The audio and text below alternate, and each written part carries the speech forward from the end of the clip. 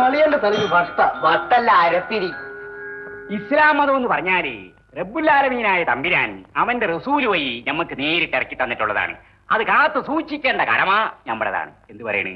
നമ്മൾ ആര് പോയിട്ട് ഒരു കാര്യമില്ല. കൃഷ്ണനാണ് ആള്.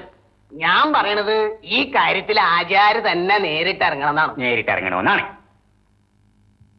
കുട്ടി വാ ഹമീദേ, മോൻ വീട്ടിനകത്തേക്ക് പോ. കൃഷ്ണയില്ലേ യശോദ അവിടെ? ആചാര്യ കൃഷ്ണനെ കാണാൻ വന്നിട്ടുണ്ട്. കാറിലിരിക്കുകയാണ്. ഞമ്മ പോയി വിളിച്ചോണ്ട് വരാം. ചേട്ടാ ചേട്ടാ ചേട്ടനെ കാണാൻ മുതലാളി. നീ കുട്ടിയെ അയ്യോ, വിവരമായിരിക്കുന്നു. ഞാൻ അങ്ങോട്ട് വരുമായിരുന്നല്ലോ. ഞമ്മക്ക് പോകേണ്ട വഴിയാണല്ല. കാറൊന്ന് നിർത്തണം, ഇറങ്ങണം. ആചാര്യ കാറ് ഈ വീടിന്റെ ബാധിക്ക് വന്നു നിന്നാൽ ഈ വീട്ടിലുള്ളവർക്ക് ഒരു അന്തസ്സാണ്. അപ്പൊ കേട് വന്നിട്ട് നിർത്തിയാലോ? ഇരിക്കാൻ നേരമല്ല കൃഷ്ണ. ആ പെണ്ണിനെ പറ്റി വല്ല വിവരവും കിട്ടിയാ? അവക്ക് ഉമ്മ മാത്രമേ ഉണ്ടായിരുന്നുള്ളൂ. അതും ഈയിടയ്ക്ക് മരിച്ചുപോയി. അവക്ക് കെട്ടിയവനില്ലേടോ? കെട്ടാമെന്ന് പറഞ്ഞവനേ ഉള്ളൂ. ആരാത്? ഒരു വലിയ കുടുംബത്തിലുള്ളതാ. പേരറിഞ്ഞൂടെ? അറിയാമേ, പോയി പറയുകയും ചെയ്തു. എന്നിട്ട് ഇങ്ങനെ ഒരുത്തി അറിയുന്ന ലക്ഷണം പോലും കാണിച്ചില്ല. ആരാ പറ കേക്കട്ടെ. വല്ല ഹമുക്കേടും ആയിരിക്കും. നീ പറ കൃഷ്ണ. വേണ്ട മുതലാളി, അവൻ വേറെ കല്യാണം കഴിച്ചു. ശൈത്താൻ, ഇങ്ങനത്തെ മഹാഭാവിയുടെ നാട്ടിൽ വെച്ചോണ്ടിരിക്കാൻ പാടില്ല. അവന്റെ പേരിങ്ങ് പറ, ഞമ്മൾ പോയി ചോദിക്കാൻ അവനോട്. എന്തിനാണ് ചോദിക്കണത്? ആ കുഞ്ഞിനെ കൊണ്ടുവന്ന് അവന്റെ കയ്യിലോട്ട് എറിഞ്ഞിട്ട് കൊടുക്കണം. അല്ലാണ്ട് അയ്യോ, അതൊന്നും വേണ്ടായേ. കുഞ്ഞിനെ ഞാനങ്ങ് വളർത്തിക്കൊള്ളാം. ലാ ഹൗല വലാ ഖുവത ഇല്ലാ ബില്ലാഹ്. നീയാ ഒരു ഇസ്ലാമിന്റെ കുഞ്ഞിനൊരു കാഫർ വളരാ, അതിന് ഞങ്ങൾ കുറെ പേര് മരിക്കണം. അങ്ങോട്ട് മുണ്ടാ നിക്ക്. ഓ, അത് ഏതായാലും ഒക്കില്ല കൃഷ്ണ. നീ ആ കുട്ടിയുടെ ബാപ്പാടെ പേര് പറ. അയ്യോ, അതൊരു വലിയ തറവാടാ. ഈ കുഞ്ഞിനെയും കൊണ്ട് അവിടെ ചെന്നാൽ അവിടുത്തെ സ്ഥിതി എന്താകും? ആകട്ടെ, കൊച്ചു മുതലാളിയാണെന്നും പറഞ്ഞ് ഈ കുഞ്ഞിനെയും കൊണ്ട് ഞാൻ മുതലാളിയുടെ പേരിലേക്ക് വന്നാൽ എന്നാ നിന്നെ ആ കൊച്ചിനെ ആ വീടിന്റെ മുറ്റത്തിട്ട് അടിച്ച് കൊല്ലും. അല്ല, അവന്റെ ഒരു ഉദാഹരണം പറ്റി കേട്ടില്ലേ?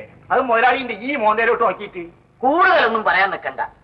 കൃഷ്ണ കുഞ്ഞിനെ എടുത്ത് ഇബ്രാഹിം കുട്ടിന്റെ കൈ കൊടു. അവൻ രണ്ട് കെട്ടിയവനാണ്. ഗതികേട് കൊണ്ടായിരിക്കും, അല്ലിയൊക്കെ ഇനിയും കെട്ടിയാനെ.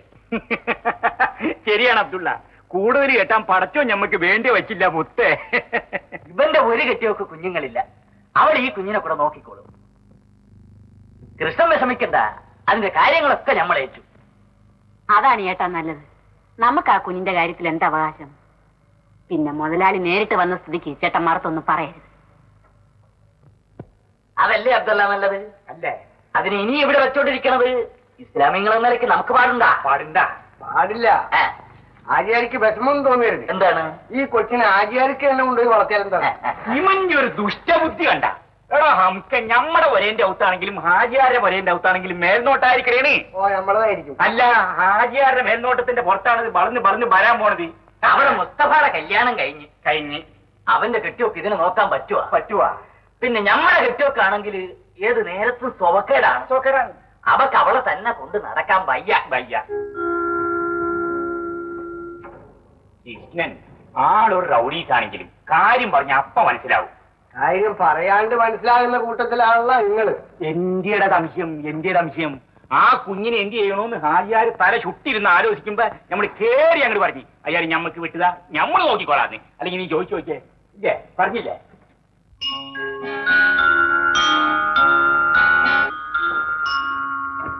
കുഞ്ഞെവിടെ? മുതലാളി വയ്ക്കൂലേ? കുഞ്ഞെവിടെ? അകത്തുണ്ട്. എടുത്തൊന്ന് പാടോ. അത് എന്റെ കുഞ്ഞാ, അതിനെ ഞാൻ വളർത്തിക്കോളാം. മര്യാദയ്ക്ക് നീ ആ കുഞ്ഞിനെ ഇങ്ങടുത്ത് താ കൃഷ്ണ. ചേട്ടൻ കുഴപ്പമൊന്നും ഉണ്ടാക്കല്ലേ. ഞാൻ ആ കുഞ്ഞിനെ തരത്തില്ല മുതലാളി. ബോധത്തോടെയാണോ നീ പറയണത്? അതെ മുതലാളി, എനിക്ക് പിറക്കാനിരുന്ന കുഞ്ഞിന് പകരം ഈശ്വരൻ എനിക്ക് തന്നു. ഈശ്വരൻ അതിനെ വളർത്തി നിന്റെ ജാതിയിൽ കൂട്ടാണോ നിന്റെ വിചാരം? അങ്ങനെ ഞാൻ വിചാരിച്ചില്ല. പിന്നെ അബ്ദുള്ളയ്ക്ക് അതിൽ കാര്യമില്ല കേട്ടോ. പാടില്ല കൃഷ്ണ, ഇതിന് നമ്മൾ സമ്മതിക്കൂല. ഈ നാട്ടിൽ പോലീസും കോടതിയും നാക്ക് ഞാൻ കെട്ടിക്കളി. നീ നമ്മുടെ മാനം കെടുത്തരുത് കൃഷ്ണ. ആ കുഞ്ഞിനെ നമ്മൾ ഇവിടെ നടിപ്പിക്കും. എന്റെയും കുഞ്ഞിന്റെയും ശവങ്ങളെ ഇവിടുന്ന് കൊണ്ടുപോകാൻ ചേട്ടൻ ഭ്രാന്ത് പറയാൻ നിൽക്കണം. നീ ഈ നാട്ടിലെ ഇസ്ലാമികളെ മൊത്തം കരുതാക്കാൻ. ഞാൻ ആ കുഞ്ഞിനെ ഒരു ഹിന്ദുവായി വളർത്തുന്നുള്ള ഭയം കൊണ്ടാണ്. ഇല്ല, ഒരു മുസ്ലിമായിട്ട് തന്നെ അവൾ ഇവിടെ വളരും. ഓ, അതിനെങ്ങനെ കഴിയും കൃഷ്ണ? അങ്ങനെ ചോദിക്കാ. വളർത്തുവിടാ. വളർത്തും. ഈ നാട്ടിൽ ഹിന്ദുവിനും മുസ്ലിമിനും ക്രിസ്ത്യാനിക്കും ഒന്നിച്ച് ജീവിക്കാമെങ്കിൽ അവർക്ക് ഒരു വീട്ടിലും താമസിക്കാം. ഒരു ഹിന്ദുവിന്റെ വീട്ടിൽ ഒരു മുസ്ലിം മണ്ണിന് ഒന്ന് പ്രസവിക്കാമെങ്കിൽ ആ കുഞ്ഞിന് അവിടെ വളരുകയും ചെയ്യാം. നിന്റെ ന്യായം നമുക്ക് കേൾക്കണമെന്നില്ല. ആ കുട്ടി ഇവിടെ വളരാൻ നമ്മൾ സമ്മതിക്കൂല. ആരാ പെണ്ണിനെ ഇവിടെ കൊണ്ടുവന്ന് പ്രസവിപ്പിച്ചത്? ആരാ അവളെ ഇവിടെ വെച്ച് മരിപ്പിച്ചത്? ഒരു ഹിന്ദുവിന്റെ വീട്ടിൽ ജനിക്കുകയും മരിക്കുകയും ചെയ്യാമെങ്കിൽ ജീവിക്കുകയും ചെയ്യാം. വാ വാ.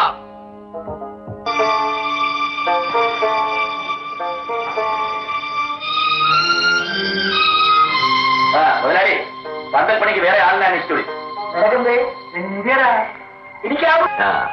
നീ കേട്ടില്ലേ? അവൾ എന്റെ മകളായിട്ട് വീട്ടിൽ പറയും. പക്ഷേ അവളുടെ ജാതിക്കാർക്ക് കുറ്റം പറയാൻ ഇടയാകുന്ന ഒന്നും നമ്മൾ ചെയ്തു പോകരുത്. നീ കുഞ്ഞുങ്ങളുടെ അടുത്തേക്ക് എന്താ നീയും ഈ കാര്യത്തിൽ തന്നെ തെറ്റുകാരനാക്കുമായിരിക്കും. ഇല്ല കൃഷ്ണ, നമ്മൾ എന്നും നിന്റെ കൂടെ തന്നെ ഉണ്ടാവും. നീ ഈ കുഞ്ഞിനെ ആമിനാന്ന് പേരിട്. ആമിന? നല്ല പേര്, നല്ല പേരത്തുള്ള മോളെ. മോളെ ആമിന, ആമിന.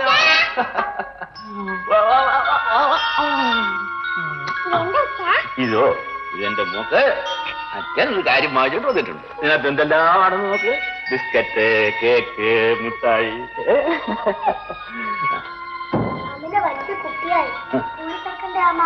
ചേർക്കണവിടാ. അതിനു മുമ്പ് എന്റെ മോക്ക് വേറെ ചിലർ പഠിക്കാനുണ്ട്. ഞാനും പോകും ദേവട്ടന്റെ കൂടെ. മോള് പഠിച്ച് മിടുക്കിയായി നല്ല കുട്ടിയായി അങ്ങനെ ജീവിക്കണം.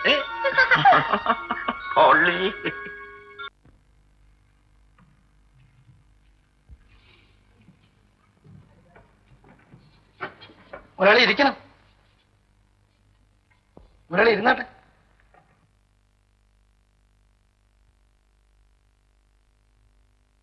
മുതലാളി ഇങ്ങോട്ട് വന്നതും അത് കൃഷ്ണ, ഞാൻ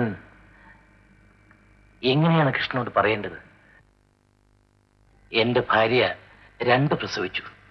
2നെയും പടച്ചവും കൊണ്ടുപോയി. കൃഷ്ണൻ എന്നോട് അല്പം ദയ കാണിക്കാമോ? ആമിനെ എനിക്ക് തരൂ. ഞാൻ അവളെ എന്റെ സ്വന്തം മോളെ പോലെ വളർത്തിക്കൊള്ളാം. അളിയ, വളരെ നല്ല കാര്യമാണ്.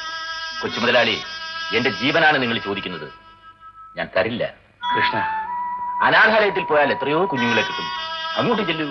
എന്തുകൊണ്ടോ ആമിനെ തന്നെ വേണമെന്ന് എന്റെ മനസ്സ് പറയുന്നു. സാധ്യമല്ല. മുതലാളി പൊയ്ക്കുള്ളൂ. ഞാൻ യാചിക്കുകയാണ് കൃഷ്ണ. യാചിക്കുകയല്ല, കാല് പിടിച്ചാൽ പോലും ഞാൻ തരില്ല.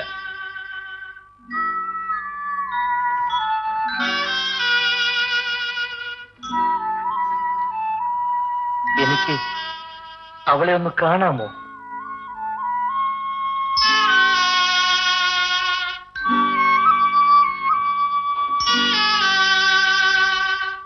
ഞങ്ങളൊക്കെ എപ്പോഴും പറയാറുള്ളതാ. ഇപ്പോഴും പറഞ്ഞുകൊണ്ടിരിക്കുകയായിരുന്നു. അവളാണ് അളിയന്റെ ലോകം. ഇനി അവൾക്കൊരു ബാപ്പ ഉണ്ടെങ്കിൽ അയാൾ വന്ന് ചോദിച്ചാൽ പോലും അളിയൻ കൊടുക്കുമെന്ന് തോന്നില്ല.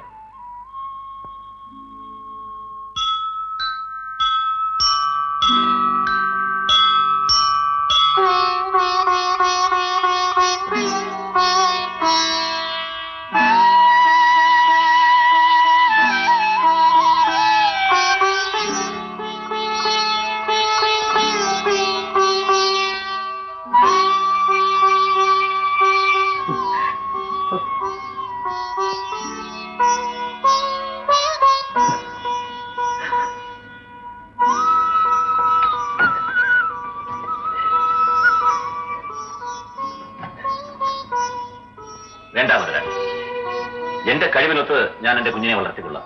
അതിനുവേണ്ടി ഞാൻ അധ്വാനിക്കുന്നുണ്ട്. കൃഷ്ണ, ഞാൻ സ്നേഹത്തിന്റെ പേരിലാണ് ഇത് തരുന്നത്. എന്തിന്റെ പേരിലായാലും ശരി, എനിക്കും എന്റെ മോക്കും ഇതാവശ്യമില്ല.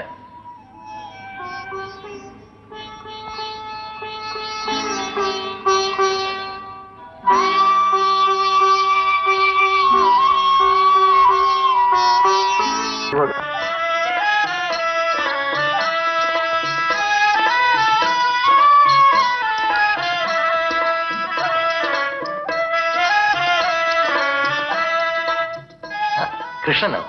എന്തൊക്കെയാണ് വിശേഷം? വിശേഷം പെരുന്നാളല്ലേ മുതലാളി? എന്റെ മോൾ ആമനയ്ക്ക് തുണി വാങ്ങിക്കാൻ വന്നതാ. ഓഹോ, പെരുന്നാളാണല്ലോ, കാശിനൊക്കെ ബുദ്ധിമുട്ട് കാണും. ഇതാ ഈ കാശ്. അയ്യോ വേണ്ട വേണ്ട വേണ്ട, എനിക്ക് കാശൊന്നും ആവശ്യമില്ല മുതലാളി. ഇനി മോളെ ആമിന. അവള് നിസ്കരിക്കുക. ഓഹോ,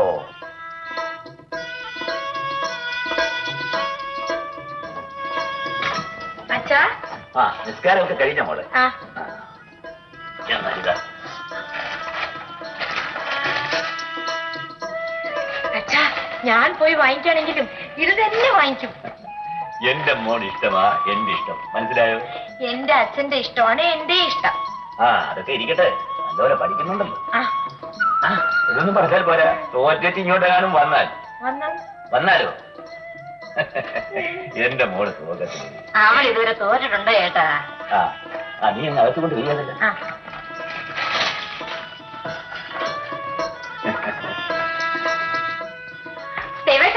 ദേവേട്ടാ, എന്റെ പെരുന്നാളിന്റെ ഡ്രസ് കണ്ടോ? ദേവി, നീ എന്നെ മറന്നേക്കും. നിന്റെ സ്നേഹത്തിന് പാത്രമാവാൻ ഞാൻ അർഹനല്ല. ദേവേട്ടാ, നീ ആകാശത്തിലെ വെള്ളി നക്ഷത്രമാണ്, ഞാൻ പൂഴുമണ്ണിലെ പുൽക്കൊടിയും. ഞാൻ നാടകത്തിന്റെ കാര്യം പറയല്ലേ? നാടകത്തിന്റെ കാര്യമാണോ? എഴുതി തീർന്നോ? ഇല്ല, ഒരു പ്രതിസന്ധിയിൽപ്പെട്ട് നിൽക്കുകയാണ്. എന്താ അത്? സാമ്പത്തിക അസമത്വം നായികനായകന്മാരെ അകറ്റി നിർത്തുന്നു. ഞാൻ എങ്ങനെ ഈ കഥ എഴുതി അവസാനിപ്പിക്കും? അവരുടെ അച്ഛനമ്മമാരുടെ മനസ്സ് മാറ്റണം. അത് മാറില്ല. എന്നാ അവൾ അവന്റെ കൂടെ ഒളിച്ചോടി പോകട്ടെ. അവർ കഷ്ടപ്പെട്ടു പോകും. അവൾ അതിന് തയ്യാറുമല്ല. പിന്നെന്താ ചെയ്യാ? നീ തന്നെ പറ. ഒരു വഴിയുണ്ട് ദേവേട്ട, നായകനെ പണക്കാരനാക്കണം. അതെങ്ങനെ? ലോട്ടറിയിൽ 5 ലക്ഷം രൂപയുടെ 1ാം സമ്മാനം കിട്ടുന്നു. അമ്മായി അമ്മായി, എന്താ ഇവിടെ? എന്താടാ? അമ്മായി, ദേവേട്ടന്റെ നാടകം കോളേജിൽ കളിക്കാൻ പോകുന്നു. നീ നാടകം എഴുതുന്നു? നിന്റെ നാടകം കളിക്കാൻ പോകുന്നു? അതെ, എല്ലാ മാതാപിതാക്കളും സ്വന്തം മകൻ ഒരു സാഹിത്യകാരനായി തീരുന്നുവെന്ന് ആദ്യം അറിയുമ്പോ അമ്പരന്ന് പോകാറുണ്ട്. കേട്ടോ നിങ്ങള്? കേട്ടോ? മോൻ നാടകം എഴുതി കളിക്കാൻ പോകുന്നു പോലും. ഓഹോ, കേട്ടോണ്ട് തന്നെ. അവൻ എന്റെ മോനാ. അവൻ നാടകമല്ല, വേണ്ടി വന്ന ഒരു തുടങ്ങിയല്ലേ അച്ഛനും അമ്മയും കൂടി? ഇടാ, ഈ വഴക്ക് ഇന്ന് തന്നെ തുടങ്ങിയല്ല. നിന്റെ അമ്മയുടെ കഴുത്തിൽ താലി പച്ച നിമിഷം തുടങ്ങിയതാ. ഇവളുടെ കഴുത്തിൽ ഞാൻ താലി കെട്ടിക്കൊണ്ടിരിക്കുമ്പോ എന്റെ അടിവേറ്റിലൊരു കൈ കൊണ്ടത് ശരി, പക്ഷേ കൈ കൊണ്ട് ആളെ മാറ്റിയായിരുന്നു ഞാൻ. അച്ഛൻ താലി കെട്ടുന്ന അമ്മയ്ക്ക് ഇഷ്ടമല്ലായിരുന്നിരിക്കും. എടാ, പെണ്ണിന്റെ കാലി ചവിട്ടിന്നുകൊണ്ടാണ് ആണുങ്ങൾ താലി കെട്ടുന്നത്. എന്റെ കാല് വേദനിച്ചു. എല്ലാരും കൂടെ എന്നെ കളിയാക്കിട്ടിരിക്കുകയാണോ? മനുഷ്യ, എന്തെങ്കിലും പറയുമ്പോഴേ നേരെ നിലയിൽ നോക്കും. പ്രായമായ ഒരു പെണ്ണിന്റെ ചെറുക്കന്റെ മുമ്പിൽ വെച്ചു ഞാൻ തോറ്റം കരുതണ്ട, അതും നിങ്ങളുടെ മുമ്പിൽ വെച്ചു. എന്റെ നാക്കി ഓർജി വരുന്നു. എന്റെ മകനാണത്രേ. ഇത് കേട്ടാത്തൊന്ന് സ്വയം ഗർഭം തെച്ച് പുറത്ത് വെച്ചാൽ നിങ്ങൾ രണ്ടുപേരും കൂടെ എന്റെ ഒരാഴ്ചത്തെ മനസ്വസ്ഥത കളഞ്ഞു. ദേവേട്ടന്റെ നാടകത്തിന്റെ തുടക്കം തന്നെ സംഘടനവാ.